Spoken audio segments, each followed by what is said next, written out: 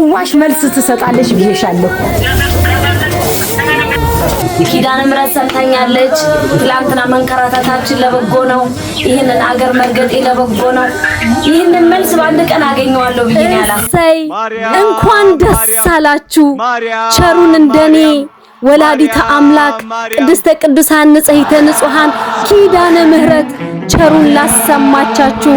ይኸው እናቴን አገናኘችኝ ከአውሮፓ ወደ ኢትዮጵያ ሳላስበው በድንገት ሳላቅደው አነሳስታኝ አነቃቅታኝ አለቃዬን ማራርታልኝ ወደ አገሬ ገብቼ እህት ወንድሞቼንም አግኝቼ ታዲያ በዚህ በተባረከው የአላፋት ዝማሬው በጌታ በኢየሱስ ክርስቶስ የልደት በዓል በጥምቀቱ በከተራው በበዓሉ ተባርኬ አመት እንኳን ሳይሞላው ጸሎቴ ተሰምቶ የዛሬ 6 አመት መቤቴ እህት ወንድሞቼን አገናኘኝና ሳርፊን ባልኳት ጸሎቴን ሰምታ ሳምንት ሳይሞላት ወንድሞቼ ራሳቸው በፌስቡክ አፈላልገው የዛሬ 6 አመት አገኙኝ። አሁን ከ6 አመት በኋላ ተመልሼ የሀገር ውስጥ በረራ በማድረግ ወደ ሽሬ ለመጓዝ ሳደርግ የዚህ ዕለት ፍላይቱ አመለጠኝ። ሁሉም ለበጎ ሆነልኝ። ታዲያ የዚህ ቀን ከአሜሪካ የመጡ ጓደኞቼ ስለነበሩ ከምሳ በፊት ካላገኘኋቸው ላላገኛቸው ስለምችል ለበጎ ሆነልኝ። እነሱን አገኘኋቸው። ከዛም የናፈቀኝ የቸሩ መድኃኔዓለም ቤተክርስቲያን ሳልጎበኝ መሄዴም ቅር ብሎኝ ስለነበረ ደጁን ተሳለምኩኝ። ፈጣሪንም ለዚህ ብዬ እንደው ገጠመኙንም አግኝቼ ለበጎ ሆነልኝ ብዬ ይኸው በደጁ ደረስኩኝ። ሻማ ጧፉንም አበራሁኝ። ምስጋናዬን ጸሎቴንም አድርሼ የልቤ ሁሉም ነገር ሞልቶልኝ ወደ ሽሬ ተጓዝኩኝ። ከ29 አመት በኋላ ይኸው ወንድሞቼን አግኝቼ ደስ አለኝ። ታዲያ በነካው እጄ እናቴን ከ3 ቀን በኋላ ወደ አድዋ ሄዶ ፍለጋ ለማድረግ ነበር እቅዴ። ያው አባቴ የ8 አመት ልጅ ሆኜ ከኤርትራ እንግዲህ ከናቴ ለይቶ ካመጣኝ ወደ አባቴ ልጆች ከቀላቀለኝ በኋላ ከዛ እናቴ የት ልሁን ሳታውቅ ይኸው ለብዙ አመታት ደጅ ስትጠና ነበረ። እንግዲህ ከወንድሞቼም ጋር ሳልሆን ከነሱ ጋር የ8 አመት ሆኜ መጥቼ ከ2 አመት በኋላ ደግሞ ወደ ክፍለ ሀገር ሄጄ ከነሱም ከተለየው 29 አመት ሆነኝ። ከናቴም ከተለየው ይሄው ከ30 አመት በላይ ሆነኝ። እናቴን አድዋ በመሄድ እንግዲህ ካፈላለግም በኋላ ሳይሳካልኝ እህት ወንድሞቼ ጋር 3 ቀን ያቻልቃ እንግዲህ ይችን አድዋ ተሰናብቼ ወደ ሽሬ ከሽሬ ደግሞ እንዳባጉና ከእንዳባጉና ደግሞ ወደ መጣሁበት ወደ አዲስ አበባ ከዛም ወደ ኢሮፕ ለመጓዝ ተሰናብቻቸው አያንቼ ልጅነቴ ሀገር እንዳባጉና ብዙ ነገር ያየሁብሽ እናቴንም ፈልጌ አድዋ አላገኘሁሽ ብዬ ተስፋ ቆርጬ ተመለስኩኝ።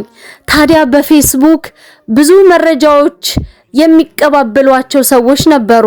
እንደ ትላንትና በፍለጋ በተሰማራንበት ጊዜ ደግሞ የአድዋ ሰዎች እንግዲህ ነገ ኪዳነ ምሕረት ናት፣ እስኪ ስልክ ቁጥራችሁንም መረጃችሁንም ትታችሁ ሂዱ ብለውን ነበረ። እኛም ትተንላቸው ለቤተ ክርስቲያን ሊያናግሩልን እንግዲህ ነበር ጥለን የመጣ ነው።